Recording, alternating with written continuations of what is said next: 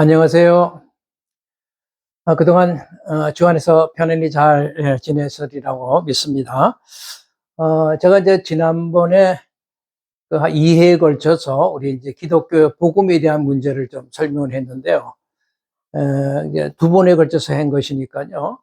이것은 우리 기독교의 복음이 상당히 왜곡된 부분들이 있어서 그것을 바로잡기 위해서 하는 일이기 때문에 여러분들이 꼭 들으시고 바른 복음을 이해할 수 있기를 원합니다.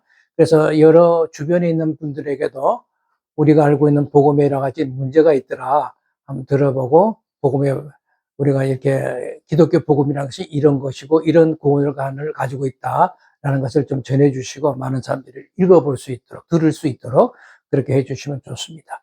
그러니까 물된 동산 유재현 이렇게 유튜브에다가 치시면은 이렇게 제가 저희 하는 강의들이 다 뜨거든요. 그래서 그 채널 보기라는 이제 글이 보입니다. 거기 이렇게 치면은 찬양은 찬양대로, 가정신학교는 가정신학교대로, 계시록은 계시록대로 이렇게 묶어서 쭉 나오니까 쉽게 찾아볼 수가 있습니다. 들으시면은 반드시 유익할 거라고 믿습니다. 오늘은 요한계시록 강의를 이어나가도록 하겠습니다.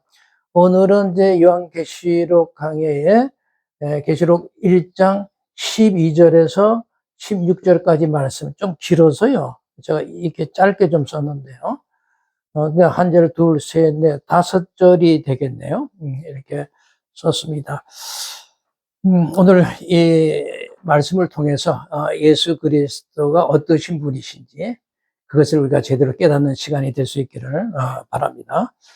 그러니까 오늘의 본문을 이제 한번 여러분 읽어 보시겠습니까? 여러분 계시록을 한번 펴시면 좋겠어요. 성경에 계시록을 펴셔가지고 여러분들이 성경하고 이 헬라 원문에서 그냥 번역한 거하고 어떤 차이점이 있는지 그런 것들을 좀 검토하시면서 보면 좋겠어요. 요한계시록 1장 12절을 열으시기 바랍니다. 16절까지입니다. 12절은 이제 제가 이제 원문대로 이렇게 번역을 하면 이제 이렇습니다. 오늘 본문이 좀 길어서요. 다 쓸 수가 없더라고요. 이렇게 화이트보드는 적고 그래서 여러분들이 이해하시고 그러나 꼭 오늘 체크하면서 그 우리가 설명을 할 필요가 있는 내용들만 제가 요점적으로 이렇게 써놓은 것이니까 이런 것만 좀 이해하시면 되겠어요. 자, 12절을 보십시오. 12절을 보면은 그리고 나는 나와 더불어 말하는 음성을 보기 위해 돌이켰다. 음성을 보기 위해 돌이켰다.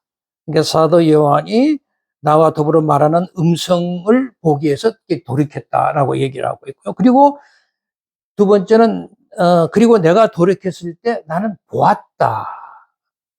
그 다음 단락은 7 금축대를 나는 보았는데 무엇을 보았냐? 7 금축대를 보았다. 이게 이제 12절의 원문의 말씀이고 13절은 이렇게 되어 있어요. 그리고 그 촛대들 가운데 인자 같은 이를 그 다음에 발에 닿은 옷을 입은 그리고 가슴에 금띠를 두르고 있는 그렇게 표현이 되는데 인자 같은 발에 닿는 옷을 입고 있고 가슴에 금띠를 띠고 있다라고 하는 이 내용을 살펴보려고 하는 것이고요.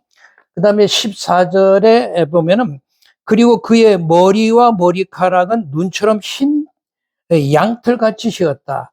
머리와 머리카락이 양털같이 휘었다라고 하는 부분들을 제가 설명하려고 하는 것이고 그 다음에 그리고 그의 눈은 불의 화형 같았다라고 했습니다. 그의 눈이 불의 화형 같았다 이렇게 번역을 되어 있고요. 헬라어로.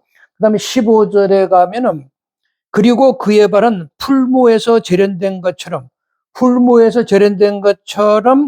그의 발은 빛나는 청동 같았다. 그의 발이 청동 같았다. 이런 표현이 있어요.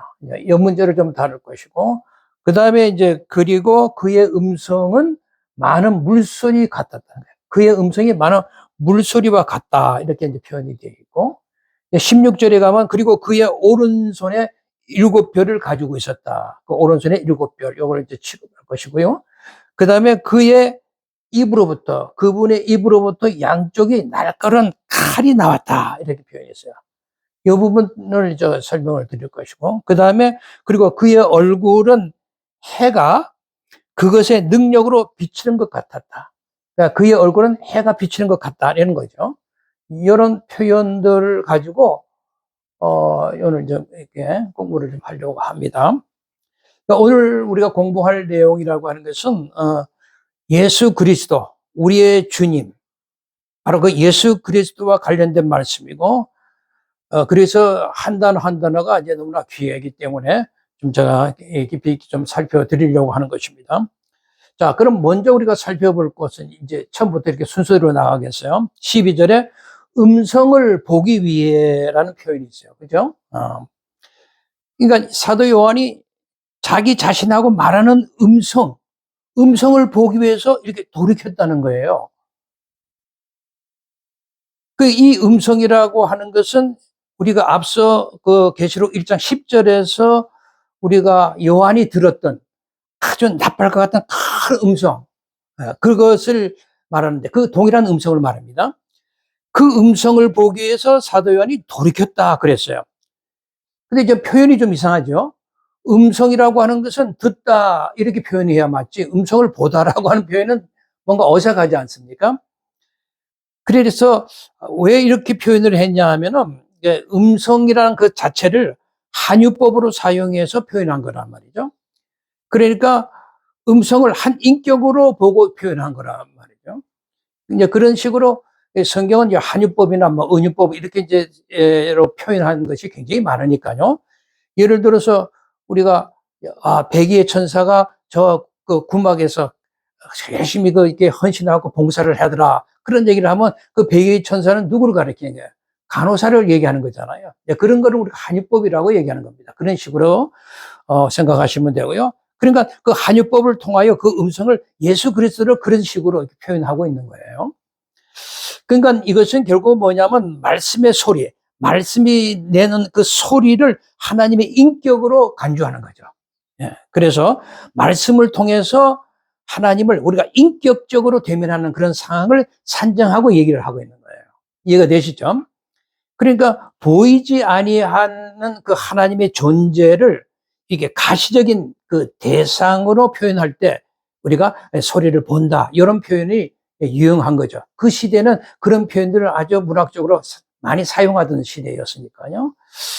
이제 그 다음으로서는 뭐냐면 13절 나는 보았다 일곱 금초대를 그렇게 이게 나오죠. 일곱 금초대가 뭐냐? 이거는 뭐 너무나 간단한 것은 계시록 여러분 1장 20절에 이렇게 읽어가면 일곱 금초대를 뭐라고 얘기하냐면 일곱 교회라고 이렇게 밝히고 있어요. 일곱 금초대는 일곱 교회를 그렇게 표현하고 있구나라는 것을 알 수가 있죠. 그것은 결국은 우리가 계시록 1장 11절에 여러 번 읽어보실 때 일곱 교회가 나오죠. 서원화 교회, 에베소 교회, 버가모, 두아데라, 사대, 빌라델비아, 라오디게아, 이 일곱 교회를 이제 가리키는 거죠. 그 일곱 교회를 가리키면서 또 일곱이라는 그 완전수가 가지고 있는 의미에 따라 모든 시대, 모든 지역에 있는 모든 교회를 가리킬 때 쓰는 표현이다라고 하는 것을 이미 전에 말씀을 이제 드린 바 있고요. 자, 그것은 뭐 일곱 금초대라고 하는 것은 일곱 교회라는 것은 이미 계시록 1장 20절에 밝혀놓은 내용이니까 그것만 연결시키면 대변자 알 수가 있는 것이고, 그 다음에 요한이 일곱 촛대 사이에 13절에 보면 인자 같은 이를 소개를 하고 있어요. 자, 여기 이제 인자 같은 이는 이미 우리가 계시록 1장 10절에서도 공부할 때 다니엘서 7장 13절과 14절을 제가 이제 언급해서 말씀드린 바가 있습니다. 그러니까 다니엘 7장 13절과 14절에서 소개되고 있는 그 인자 같은 이, 바로 그것을 배경으로 해서 이 사도 요한이 이걸 끌어다가 쓰고 있는 것을 알 수가 있어요. 그 다니엘서 7장 13절, 14절을 다시 한번 이렇게 살펴보면 이렇게 되어 있지 않습니까? 이게 이 다니엘이 이제 얘기하는 것입니다. 내가 또 밤 이상 중에 보았는데 인자 같은 이가 하늘 구름과 함께 와서 옛적부터 항상 계신 자에게 나와 그 앞에 인도되며 그에게 권세와 영광과 나라를 주고 모든 백성과 나라들과 각 방언하는 자로 그를 섬기게 하였으니 그 권세는 영원한 권세라. 옮기지 아니할 것이요 그 날은 패하지 아니할 것이다. 이런 그 약속의 예언의 말씀이 있습니다. 이 말씀에서 인자 같은 이가 옛적에부터 항상 계신에게 나가서 그 앞에 인도되면서 모든 권세와 영광과 나라를 다 이렇게 양해받는 모습. 그래서 모든 백성과 나라와 각 방언한 자들이 다 바로 인자 같은 이를 섬기게 되는. 그래서 그 인자 같은 이가 가지고 있는 권세라는 것은 영원한 권세고 절대로 영원토록 패하지 아니하는 그런 권세가 일 것이다 라고 예언된 것이 예수 그리스도로 말미암아 성취되고 있단 말이죠. 그래서 이미 계시록 1장 7장을 우리가 공부할 때 제가 그 인자 같은 이는 하늘 구름과 함께 오시는 메시아이신 예수님을 재현해서 하고 있는 말씀이다라고 하는 것을 이미 말씀을 드린 바 있고, 그리고 다니엘서 이 7장 13절에서 이제 그 인자 같은 이가 항상 옛적부터 항상 계신 자로부터 영광과 능력과 나라와 양의를 받는다라고 하는 것은, 그것은 정말 이 새 이스라엘의 회복, 이스라엘이 지금 범죄를 말하면 이제 무너져 갔는데 이제는 새로운 이스라엘의 모습으로 회복되는 그 비전을 제시해 주는 것이고, 또 새 창조의 새로운 완성에 대한 어떤 비전을 우리에게 보여주는, 그 모든 것은 예수 그리스도로 말미암아 열려져 있다라고 하는 것을 선언하는 말씀이다라고 하는 것을 말씀을 드린 바가 있죠. 그런데 저는 여러분 다니엘서 7장 13절 14절은 밑줄을 좀 그어 놓으시길 바라요. 왜냐하면 저는 구약에 어마어마한 말씀들이 많잖아요. 그 많은 말씀 중에 다 귀하지만 한 구절만 어떤 것이 가장 귀합니까? 라고 만약에 묻는다면, 좀 어리석은 질문일 수도 있겠지만 그렇게 묻는다라고 하면은 저는 이 본문을 얘기합니다. 이 본문이 구약에서 가장 귀한 본문이다.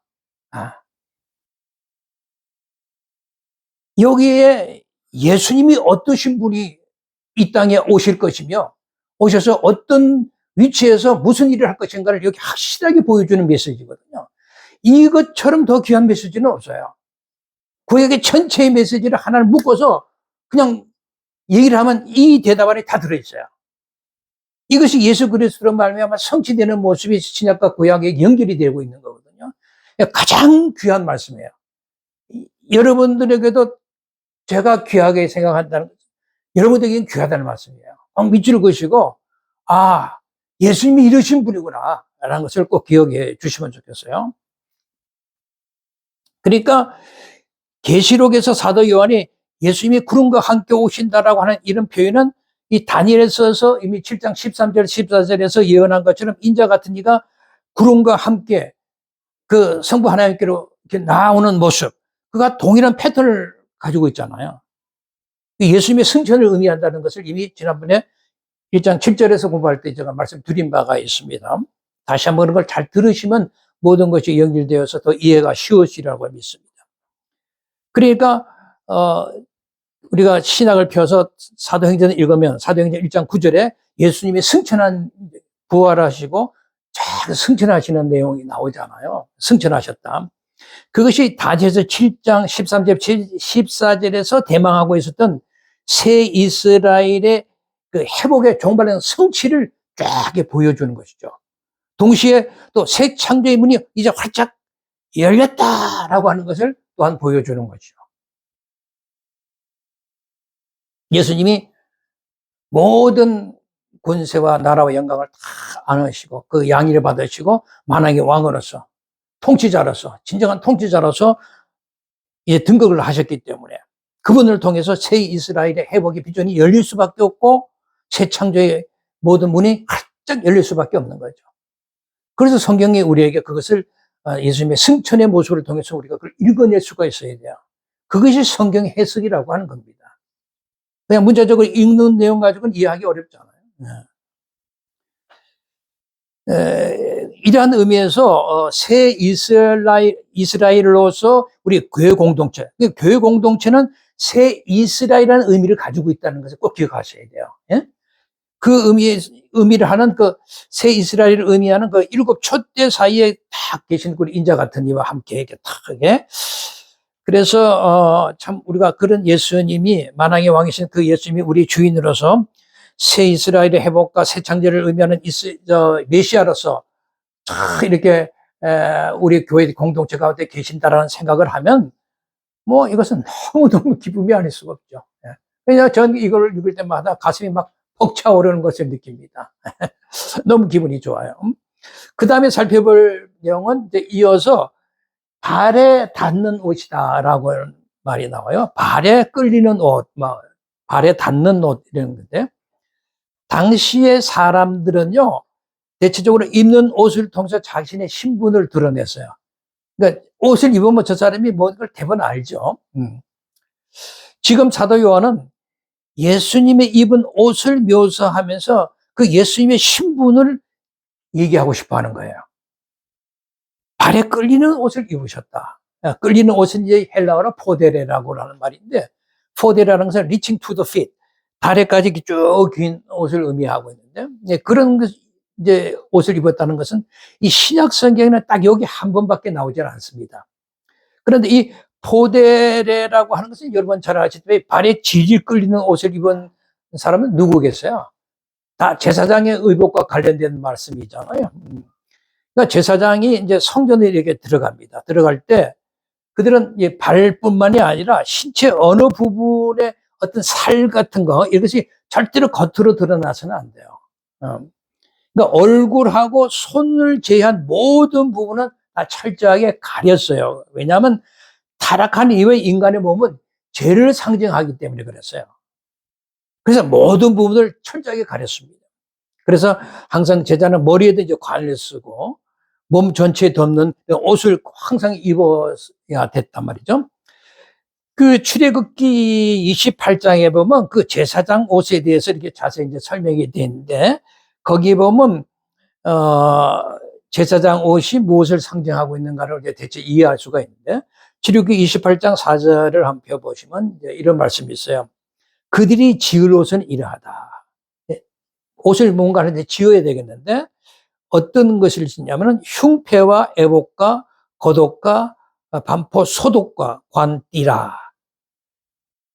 그들이 그것을 지어가지고 그 당시 이제 아론, 그 아들의 집안이 그 옷을 입었는데, 그 옷을 거룩한 옷이라고 이렇게 표현을 했고, 그래서 그 옷을 입어야 아론이 내게 제사장 직분을 행할 수 있다는 거예요. 그러니까 옷은 그렇게 중요한 것입니다. 그러니까 이 옷이 말하자면 그 거룩하다는 것을 표시하기 때문에, 그래서 이 제사장들은 그런 거룩한, 그런 말하자면 긴 끌리는 옷을 입고 있었습니다. 대체적으로 이제 그 제사장들은 이 제일 안에 속옷, 이렇게 얇은 좀 속옷이 이렇게 있고, 그 다음에 좀 겉옷이 이렇게 있어요. 그 속옷을 덮는 겉옷이 있고, 겉옷이 길게 쭉 있고, 그 다음에 위에 뭐냐면 에봇이라고 좀 화려한 색깔이 들어가 있는 그 에봇을 이렇게 입었어요. 그리고 에봇 앞에 정사각형으로 12개의 보석이 이렇게 박혀져 있는 흉패라는 것이 이렇게 있었습니다. 그 이제 네 가지로 나누어서 이렇게 이제 그 겉옷을 지어서 이렇게 입었는데, 이 흉패라고 하는 것은 이스라엘 12지파를 의미하는 그 12개 보석이 이제 거기 박혀 있었거든요. 그러니까 12지파라고 할 것은 결국 뭐냐면 하나님의 나라를 상징하는 것이거든요. 그리고 재미있는 것은 그 제사장들의 옷감 있잖아요. 옷감. 옷을 짓는 그 옷감도 성막을 짓는 있잖아요. 그 그거하고 같은 겁니다. 그러니까 저도 놀랐어요.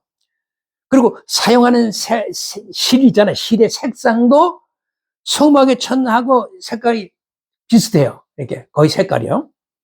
이것은 결국은 왜 그러냐, 무엇을 의미하냐면 제사장이 입고 있는 옷이라고 하는 것은 바로 성막을 의미하는 거예요. 성전, 즉 하나님의 나라를 의미하는 거죠. 그 자체가 우리 교회 공동체를 의미하는 것이기도 하고요. 그리고 이제 그 성막 안에 가장 귀한 그 지성소는 항상 이게 정사각형이어야 됐었어요.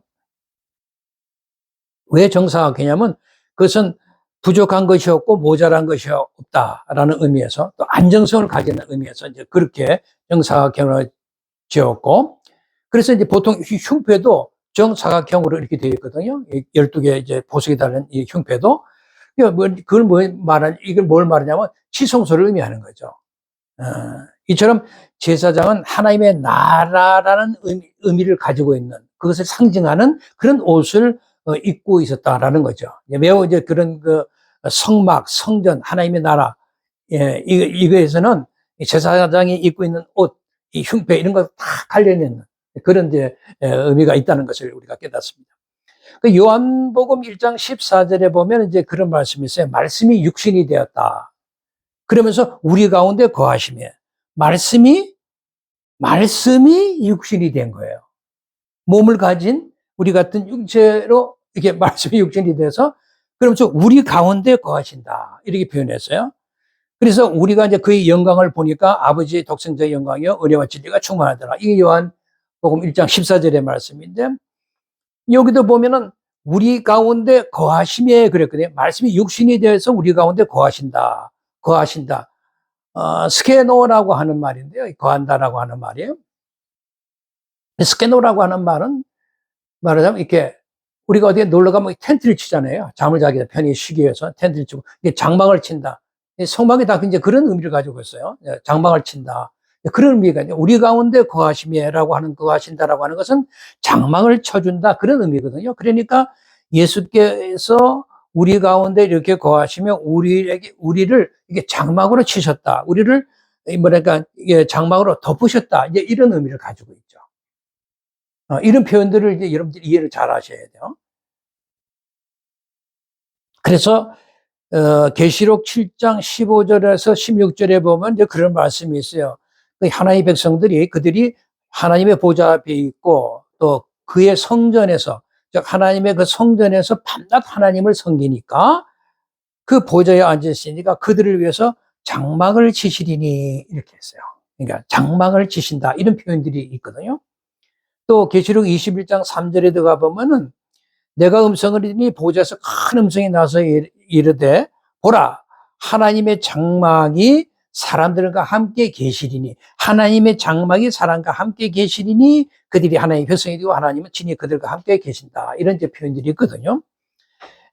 이런 말씀들을 보면 우리 하나님의 백성들은 예수 그리스도께서 이렇게 탁 장막을 쳐주시는, 그런 장막 아래 보호받는 자들이구나라는 것을 이제 알 수가 있겠죠.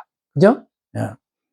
이러한 내용들을 우리가 구약과 신약의 연관성을 근거로서 이렇게 이해를 하면 이런 거죠. 제사장 옷이라는 것은 뭘 의미한다? 성막을 의미한다. 그리고 성막은 뭘 의미한다? 하나님의 나라의 모형이다라는 거죠. 그러니까 성전은 하나님의 나라를 상징하는 것이고 결국은 성전, 그것은 예수 그리스도다라고 이렇게 다 연결이 되는 겁니다. 그러므로 제사장이 입고 있는 옷, 즉 말하자면 성막을 입고 있다라고 하는 것은 왕 같은 제사장으로 부르심을 입은 우리 하나님의 백성들이 예수 그리스도로 옷 입게 되었다라고 하는 것을 의미하는 거예요. 네? 재미있는 표현이 있잖아요. 그러니까 대제사장이신 바로 예수 그리스도의 순환과 십자가의 죽음으로 우리가 예수 그리스도라는 그 의의 옷을 입게 되었다. 우리가 예수 그리스도라는 의의 옷을 우리가 입게 되었다라고 하는 거죠. 이건 놀라운 말이십니다. 우리가 그것은 결국은 대제사장 옷을 다 입고 계신, 발에 끌리는 옷, 입을 끌리는 그 대제사장의 옷을 입고 계시는 우리 예수 그리스도를 통해서 우리가 예수 그리스도라는 그 의의 옷을 입었구라는 사실을 우리가 읽어낼 수가 있잖아요. 그죠? 그래서 갈라디아서 3장 27절에 보면 뭐라고 했냐면 누구든지 그리스도와 합하여 세례를 받는 자는 그리스도로 옷 입었다라고 표현해요. 참 재미있는 표현이에요. 그러니까 우리가 그리스도와 하나가 되기 위해서 세례를 받는 거예요. 세례를 왜 받는다? 그냥 세례식 세례하면 하나님의 백성이다 이런 의미가 아니라 세례를 받는다는 것은 그리스도와 내가 하나가 된다는 의미를 가지고 있단 말이죠. 그것은 무엇을 의미해요? 내가 세례를 받았다는 것은 결국 내가 그리스도의 옷을 입었다라고 하는 것입니다. 그리스도의 옷으로, 그리스도의 장막으로 덮어졌다라고 하는 의미를 가지고 있는 거죠. 근데 여기 이제 대제사장의 옷을 입으신 예수님께서 일곱 금초대에 딱 서 계시는 거예요. 예? 촛대는 아까 우리가 계시록 1장 20절에 뭐라 그랬죠? 교회라고 그랬죠. 교회는 성전이고, 성전이라는 것은 결국은 하나님의 통치와 임재가 있는 곳이 우리의 교회 공동체인데, 그래서 우리가 교회를 항상 다른 말로 성전이다 그렇게 얘기하잖아요. 성전, 하나님의 성전, 교회 공동체를 얘기하는 거 말이죠. 그것은 여러분 이런 얘기할 때 오해하지 말아야 할 것은, 교회가 뭐냐? 우리가 가정신학교 할 때, 교회론을 할 때 이미 말씀을 드린 바 있는데, 하나님의 은혜를 입은 하나님의 백성 전체를 우리가 뭐라 하냐? 교회다 그러는 거예요. 저 벽돌로, 붉은 벽돌로 지은 건물을 보면서 교회 갑니다, 이게 아니에요. 그건 그냥 벽돌로 지은 사람들이 모여서 드리는 예배당이에요. 예배당. 절대로 성전이 아닙니다. 예배당하고 성전을 구별하셔야 돼요. 그러니까 성전이라고 하는 것은 하나님의 통치가 임하는 우리 교회를 가리키는 것이다라는 거죠. 그래서 성경은 성도인 하나님의 백성들을 가리켜 뭐라고 그런다? 성전이다 그렇게 부르는 거예요. 이해가 되시죠? 자, 그 다음에 우리가 살펴본 내용은 뭐가 되냐면, 대제사장의 옷을 입으신 그분이 뭘 했다? 가슴에 금띠를 띠고 계신다. 가슴에 금띠를 띠고 계신다라는 것입니다. 고대 시대의 허리가 아닌 가슴에 금띠를 띠고 있는 사람은 왕밖에 없었어요. 그러니까 끌리는 옷을 입고 가슴에 금띠를 띈 그분은 바로 대제사장이면서 만왕의 왕이심을 표현하는, 말하자면 의미로 가슴에 금띠를 띠고 있다라고 사도 요한이 표현을 한 거죠. 이것은 간단하게 이해가 되니까 다음으로 넘어가 볼게요. 이어서 14절에 그의 머리와 머리털이 양털같이 휘었다라고 하는 표현이 있어요. 예수님의 그 모습을 보니까 그의 머리와 그의 머리털의 희기가 양털같이, 눈같이 희더라라고 사도 요한이 표현을 했어요. 이 말씀은 우리가 쉽게 이해할 수 있는 게 다니엘서 7장 9절의 말씀을 인용한 거예요. 이것도요. 다니엘 7장 9절을 찾아보시면 이런 말씀이 있어요. 내가 보니 왕자가 너희고 옛적부터 항상 계신 이가 딱 자정하셨는데, 그의 옷은 희기가 눈 같고 그의 머리털은 깨끗한 양의 털 같다 그렇게 표현했어요. 그러니까 그 옛적부터 항상 계신 이는 여기서는 이제 성부 하나님을 가리키는 거 말씀이잖아요. 그 성부 하나님의 머리털이 깨끗한 양의 털 같더라라고 이제 다니엘에서 이제 표현을 하고 있습니다. 그런데 사도 요한은 지금 계시록 1장 14절에서 예수님의 머리와 머리카락이 양털같이 휘었다라고 표현을 해요. 그러니까 사도 요한이 계시록 1장 14절에 이 말씀을 할 때는, 이것은 아까 다니엘서 7장 9절에 옛적부터 항상 계시신 성부 하나님의 머리털이 양털같이 휘었다고 그랬죠. 그러한 모습을 누구에게 적용을 한다? 오직 성부 하나님에게만 적용되는 말씀을 지금 누구에게 적용하고 있다? 바로 예수 그리스도에게 적용하고 있다는 거예요. 네? 그러니까 사도 요한의 의도를 알 수가 있죠. 바로 이 예수님을 성부 하나님과 동등된 분이라는 것으로 소개하려고 하는 거죠. 그런 의도를 우리가 알 수가 있잖아요. 그래서 이 굉장히 중요한 포인트인데 여러분 잘 들으셔야 됩니다.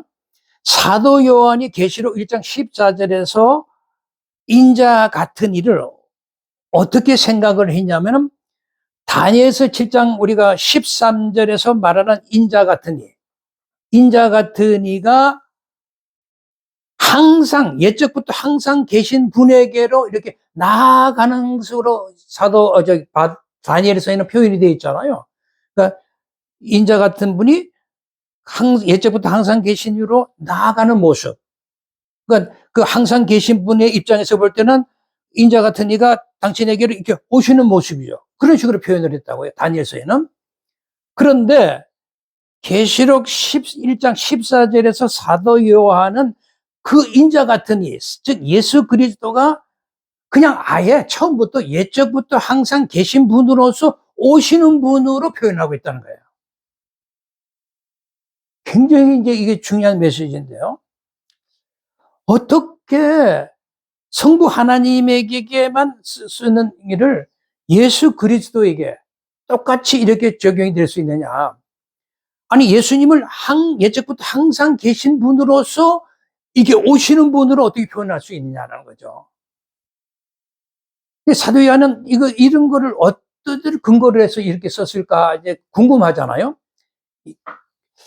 이것은 아마 또 이제 이런 데 근거를 했다라고 생각을 해요. 이제 여러분, 우리가 BC 3세기 중반서부터 2세기 이제 이럴 때 전에 그 알렉산드리아라고 하는 지역에 유대인들이 많이 살았는데, 유대인들은 원래 이제 자기들이 먹어온 히브리어를 모릅니다. 히브리어를 사용도 안 했고, 그 당시엔 히브리어를 읽을 수가 없었어요. 그러니까 그냥 보통 헬라어를 썼고, 뭐 아람어를 좀 쓰고, 이제 이러던 시대니까요. 그래서 어떻게 하면 이 구약 성경을 이 히브리어로 된 거를 이렇게 좀 읽을 수 있겠나 싶어가지고, 그 당시 이제 12지파에서 한 지파마다 6명씩 뽑아가지고 학자들을, 그래서 총 72명이 모여가지고, 그래가지고 각자 방에 들어가서 히브리어를 헬라어로 번역하는 작업을 했다는 거죠. 그래 나중에 그거를 통합해서 보니까 거의 대동소이하더라는 거예요. 그렇게 해서 생긴 것이 이제 70역이라고 하는 것인데, 그러니까 히브리어를 처음 번역한 것이 말하자면 70인역인데, 그 70인역은 벌써 2세기 전에 다 완성되어 있었던 것입니다. 거기에 히브리어로 된 다니엘서 7장 13절을 헬라로 어떻게 번역을 했냐면 이렇게 되어 있어요. 에르케트 호스 팔라이오스 헤미른 파렌, 이렇게 이제 헬라어로 번역이 되어 있는데, 이것을 이제 우리 한국말로 번역하면 이런 표현이죠. 옛적부터 항상 계신 분으로서 오신다. 옛적부터 항상 계신 분으로서 오신다는 거예요, 예수님이. 그러니까 성부 하나님과 똑같은 이제 그 동등한 입장에서 얘기를 하는 거죠. 그러니까 사도 요한이 도대체 무엇을 근거로 해서 이 계시록 1장 14절에 인자 같은 일을 그렇게 이렇게 표현을 했을까라고 했을 때, 바로 그 당시 이제 70인경은 사도 요한의 입장에서 한 250년, 300년 전에 이미 있는 헬라어로 번역한 히브리어 성경이 헬라어로 번역된 거니까 그 성경을 아마 가지고 있었던 거라고 저는 추측이 돼요. 그러니까 그 성경을 자기가 읽어보니까 거기에 다니엘서 7장 13절이 이런 식으로 번역된 것을 보고 이 문구를 근거로 해서 본인도 1장 14절에 막 그렇게 표현을 했다라고 우리가 그 근거를 찾을 수가 있어요. 그래서 이 두 문장, 다니엘서의 문장하고 이 계시록 1장 14절의 문장을 이렇게 비교를 해보면은, 다니엘서에서는 예적부터 항상 계신 이가 있고, 그리고 인자 같은 이가 계시고, 이렇게 두 분이 항상 이렇게 분리된 모습으로 이렇게 이가 등장하거든요. 그런데 계시록에서 사도 요한은 옛적부터 계신 그 분이나 또 인자 같은 이시나 이 두 분의 이 대상을 모두 다 어디에다가 통합시킨다? 바로 예수 그리스도에 대한 묘사에다 통합시키고 있더라는 거예요. 정말 저도 깜짝 놀라지 않을 수가 없어요. 다니엘서는 예적부터 계시니 인자 같으니 딱 분리되어 있는데, 그러니까 성부 하나님, 성자 하나님이 딱 분리되어 있는데, 이 사도 요한은 그 70인역에서 그 헬라로 번역한 그 성경을 가지고 근거를 해서 바로 예적부터 계신 분이나 말하자면 인자 같은 일을 예수 그리스도에 대한 묘사로 통합시켜서 우리에게 설명해 주고 있다라고 하는 겁니다. 제가 이렇게 이제 좀 반복해서 얘기한 것은 너무나 귀하고 어려운 대목이기 때문에 제가 이제 반복을 해서 말씀을 드렸는데, 여러분들 이것은 예수님에 대한 것에 대한 공부이기 때문에 여러분들은 다음에 꼭 좀 한번 제발 다시 한번 들으셔서 더 이해를 할 수 있기를 바라겠습니다. 정말 너무나 중요한 메시지 않습니까? 이것이 기독교의 메시지다는 거예요. 이것이 기독교의 메시지의 본질이다라는 것입니다. 그냥 우리가 무조건 하나님 아버지 이렇게 하는 게 아니라 그 하나님도 예수 그리스도 안에서 만난 하나님 아버지여야지 예수 그리스도가 계시지 않는 그냥 유일하신 하나님 아버지를 믿는 게 아니에요, 우리는요. 그걸 참 조심해야 됩니다. 자, 그 다음으로 넘어갈게요. 그 다음에 이어서 나오는 표현은 우리 한글 성경에는 그의 눈은 불의 하얀 같았다. 이렇게 표현인데, 한글 성경에는 우리 그의 눈은 불꽃 같다. 그렇게 이제 표현을 했는데, 이제 헬라어 번역대로 하면은 그의 눈은 불의 하얀 같았다. 이렇게 이제 표현을 하는 것이 더 좀 정확해 보입니다. 어떻게 해서는 이런 표현들은 결국은, 계시록을 통해서 이런 표현을 한 것은 심판과 관련된 문목에서는 계속 이렇게, 이런 식으로 표현이 돼요. 계시록 2장 18절이나 19장 12절에도 그런 표현들이 나타나거든요. 그러니까 항상 불순종하는 자들에 대한 맹렬한 심판을 의미한 것으로 표현할 때는 이렇게 불의 하얀 같은 눈을 가지고 계신다. 이런 표현을 쓰고 있죠.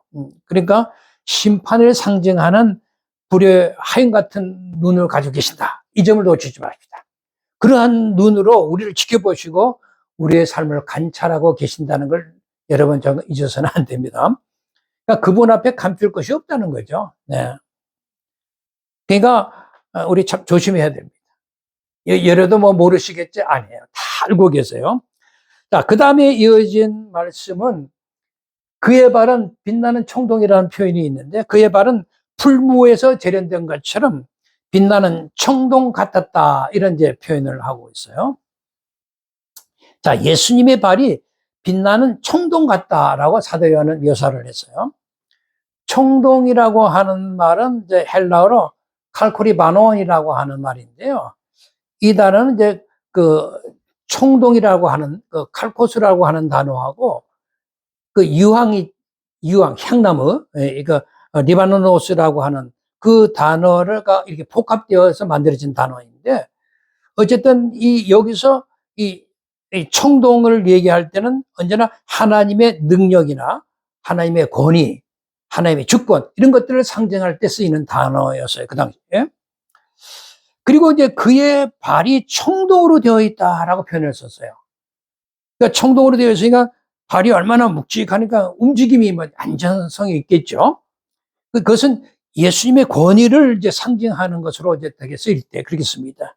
그러니까 예수님의 발에 대한 묘사를 청동으로 되어 있다라고 할 때는 우리 예수 그리스도의 영광과 능력의 모습을 이렇게 강조하다든지 또는 그분의 능력이라든가 그분이 가지고 있는 안정성이라 이런 것들을 나타낼 때 쓰이는 단어라고 여러분 생각하시면 돼요. 그러니까 그리스도의 발이 청동으로 딱 되어 있으니까 그분의 능력과 안정감이 딱 있다는 것을 우리가 느끼게 되잖아요. 예. 근데 여러분 다니엘서 2장에 가서 이렇게 보면 느부갓네살이 한 신상을 봤잖아요.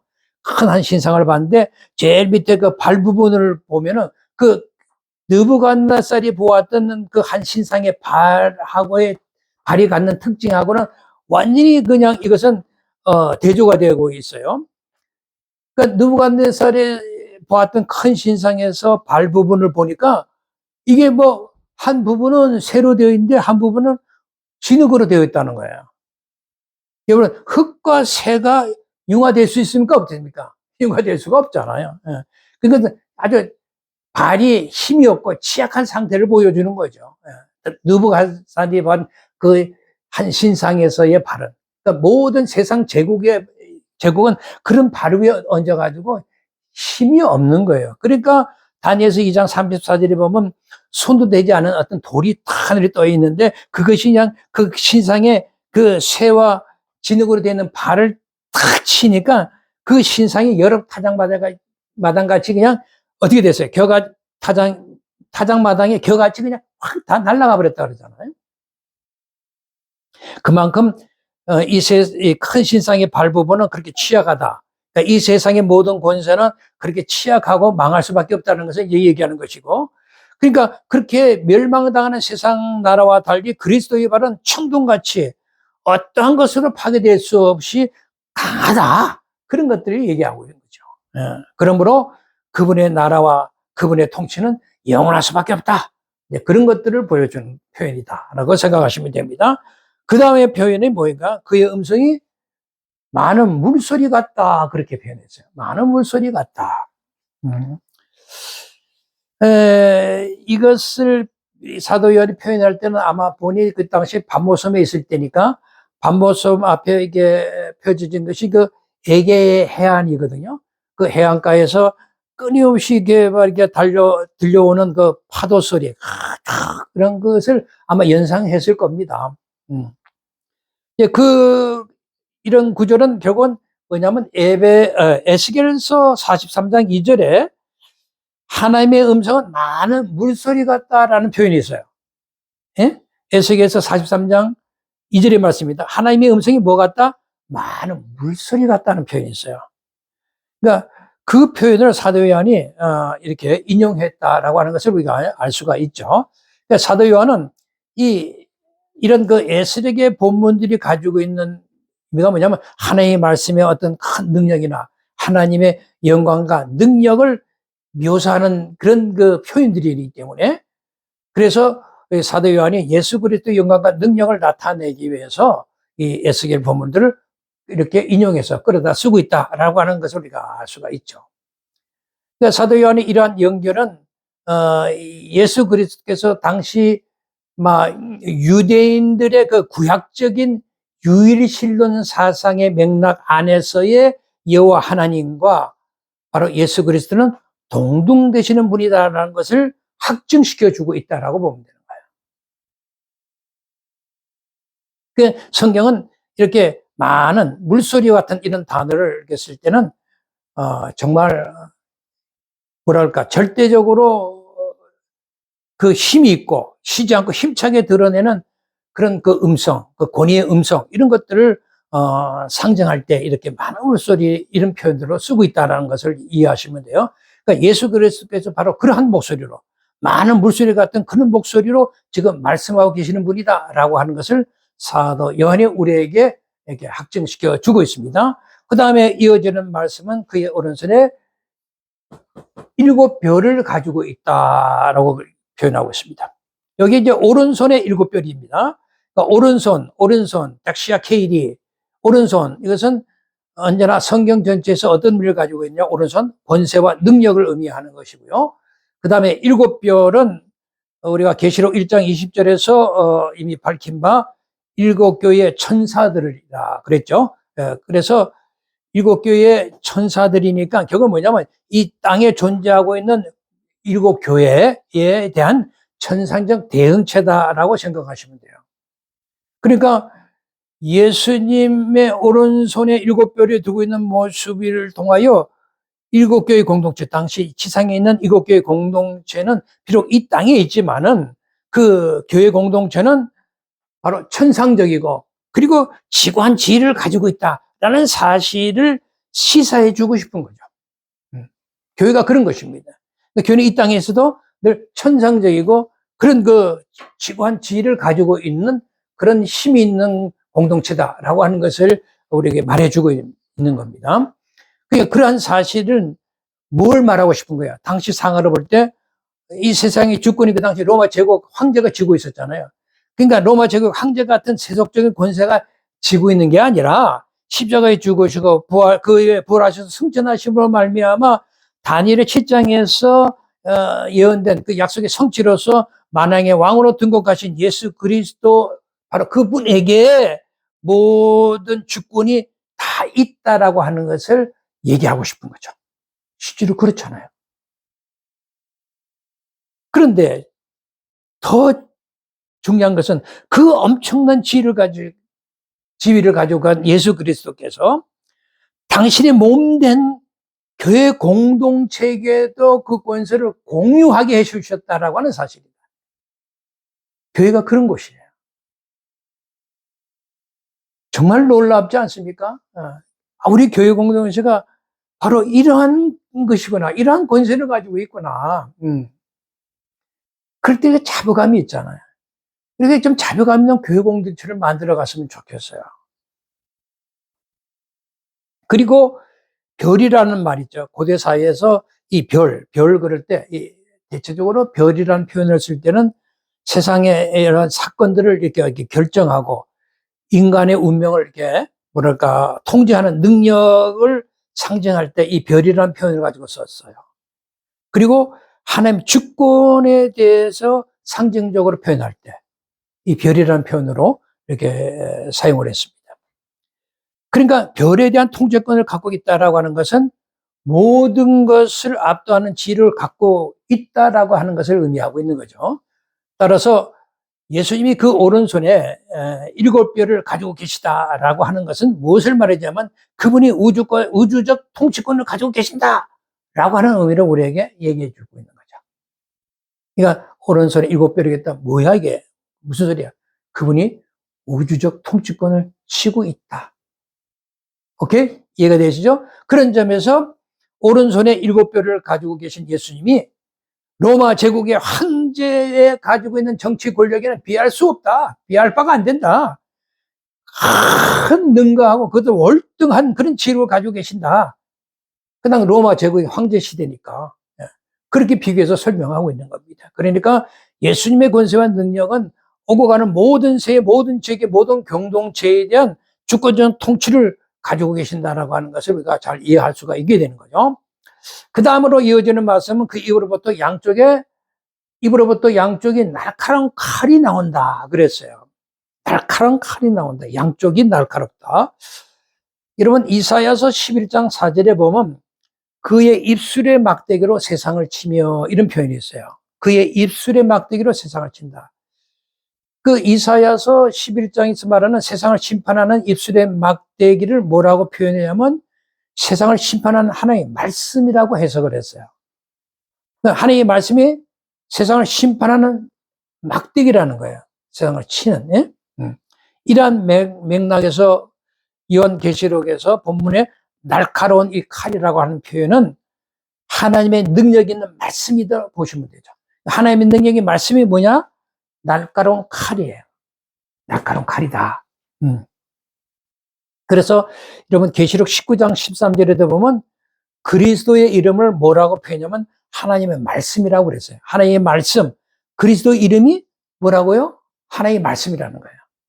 말씀이고 그리스도가 곧 말씀이다. 이런 거죠. 이와 같이 예수님은 심판을 하시기 위해서 오신 분으로 항상 이게 우리에게 소개를 하고 있다는 겁니다. 다시 말하면 사도 요한은 우리 예수 그리스도를 우주적 심판의 권위를 가지고 계신 분으로서 소개하려는 목적을 가지고 그의 입으로부터 양쪽에 날카로운 칼이 나온다 이렇게 표현을 쓴 겁니다. 네? 이해가 되시리라고 믿고요. 이제 마지막으로 넘어갑니다. 그의 얼굴은 해가 어떻게 된다? 비친 것 같았다. 그의 얼굴이 해가 그것의 능력으로 비친 것 같았다라는 말씀이에요. 해처럼 빛나는 얼굴. 해처럼 빛나는 얼굴. 이것은 뭐 한마디로 뭐 이렇게 표현할 수가 있죠. 예수 그리스도에 대한 절정의 표현. 절정의 모습. 그 표현을 한마디로 그의 얼굴은 해같이 빛났다. 해처럼 빛나는 얼굴이다. 이런 표현으로 줄 수가 있는 거죠. 뭐 이것은 뭐 요 정도로 그냥 이해하시면 될 것 같습니다. 자, 오늘은 그러면 이제 전체적으로 문맥을 이제 따라서 그 중요한 메시지들을 다 한번 말씀드렸는데, 여러분 이 내용이 예수님에 관련된 말씀이고 어떤 의미를 가지고 있는지를 설명을 드렸으니까 꼭 다시 들으셔야 돼요. 여러분들이 정말 예수님을 믿으신다면 딱 들으시고.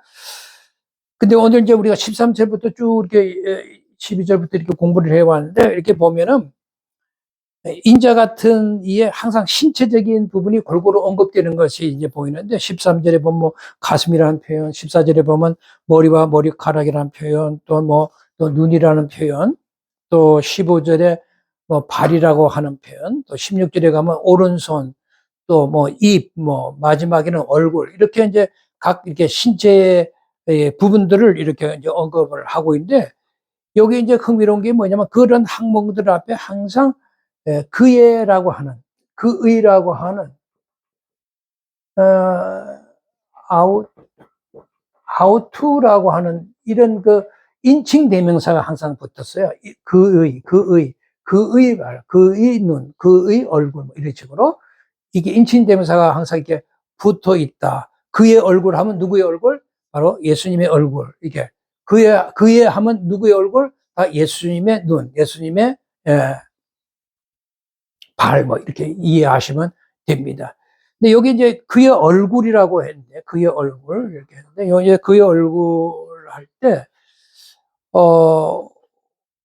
헬라어에서는 이제 통상적으로 얼굴이라는 표현이 이제 한 두 가지가 있습니다. 두 가지가 있는데, 이제 하나는 이제 이게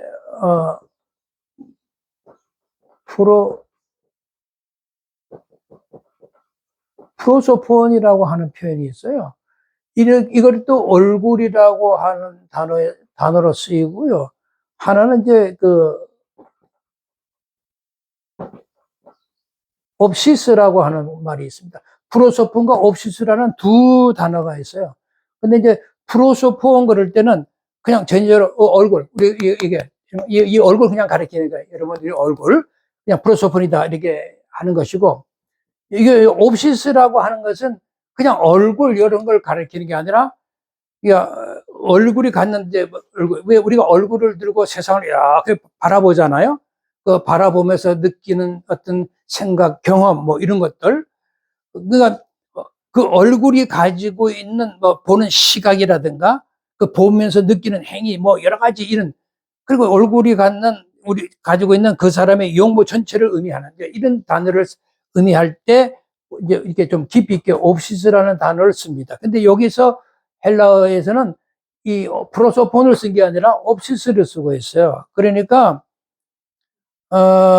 사도 요한이 예수님의 얼굴이라고 하는 표현을 할 때 옵시스를 쓴 이유는 프로소폰을 쓰지 않고, 그것은 예수님의 그냥 얼굴 모양 이것을 얘기하기 위해서 쓴 것이 아니라 그 예수님의 얼굴을 묘사하고 싶은, 그러니까 예수님이 가지고 있는 전체적인 품격이라든지 예수님의 자태, 용모 그런 것을 나타내기 위해서 이 옵시스라는 단어를 쓰고 있다라고 하는 것입니다.